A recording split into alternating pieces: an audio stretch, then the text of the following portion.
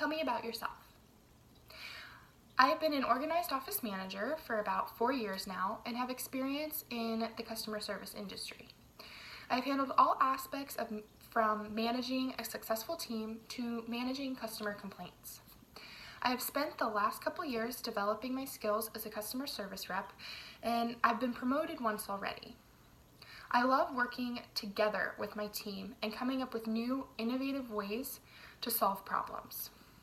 Although I love my current job, I am ready to take on new challenges and find some new excitement, and I really think that this position will do just that.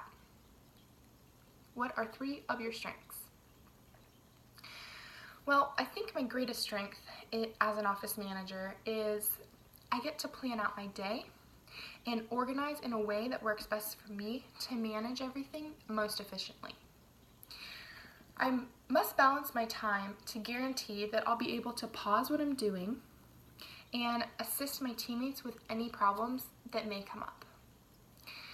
I remember a time when I was in the middle of completing the employee schedule when I was interrupted by a teammate who needed assistance.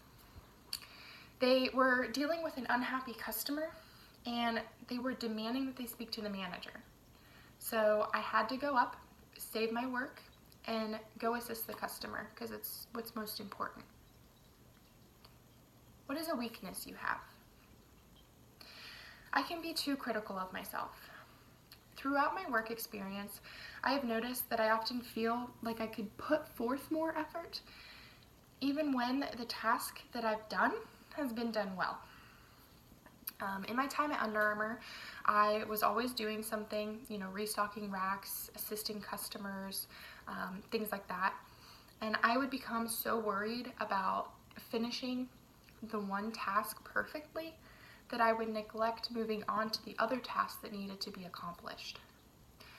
One solution that I have found and implemented into my routine over the past couple years is actively pausing and enjoying my achievements. Not only has this helped with my attitude towards completing the job, but it has also allowed me to complete more tasks more efficiently.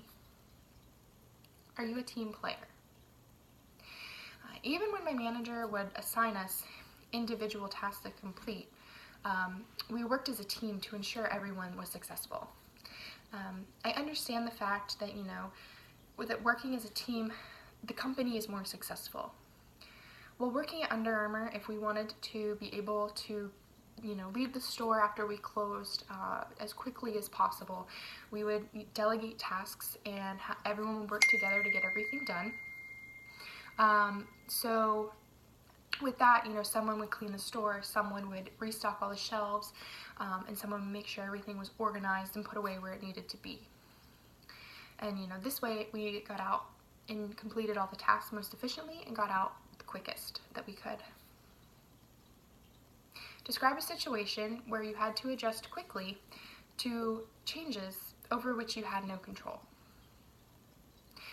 When working for Under Armour, my managers hired an individual who simply did not want to be there. He would sit on the floor in the shoe section and he would tie the laces of all the shoes that were on clearance and would ignore customers who came into that section. He really just kind of wanted to sit there and get paid for, tying shoelaces. And he didn't contribute to the team's efforts. But instead of complaining to the managers, who were there at the time, it didn't matter what I'd say. I didn't want to be someone who was there complaining about the person. They can see that he's not doing anything. So instead, I completed his tasks that he had been assigned. And then at the end of the night, when the manager walked up and asked, what had been accomplished, I let her know that all the tasks had been completed, but that I had completed them and he had not contributed. By taking this course of action, the employee was eventually let go, but it also led to my promotion due to the way that I handled the situation. What kind of supervisor do you work best for? I think it's important to have a supervisor who is positive and encouraging to the teammates. I worked for a company called CETA, and we had a manager who was just so stressed out all the time. She would, lock herself in her office, and she'd leave the rest of us to kind of figure out what we needed to do, until someone was brave enough to walk in her office. And, she'd be so stressed that, I don't think she meant to, but she would just kind of bark out orders, and, it was not a very good environment to be in. It was very high stress, and and then it wasn't a beneficial structure. She was eventually let go, and then the new manager came in. She was very calm and very open, about our expectations, what needed to be done. She was more of a coach, so if you completed a task, she'd say, hey, great job, but to improve next time, you should do this, or work on this, maybe do this a little differently.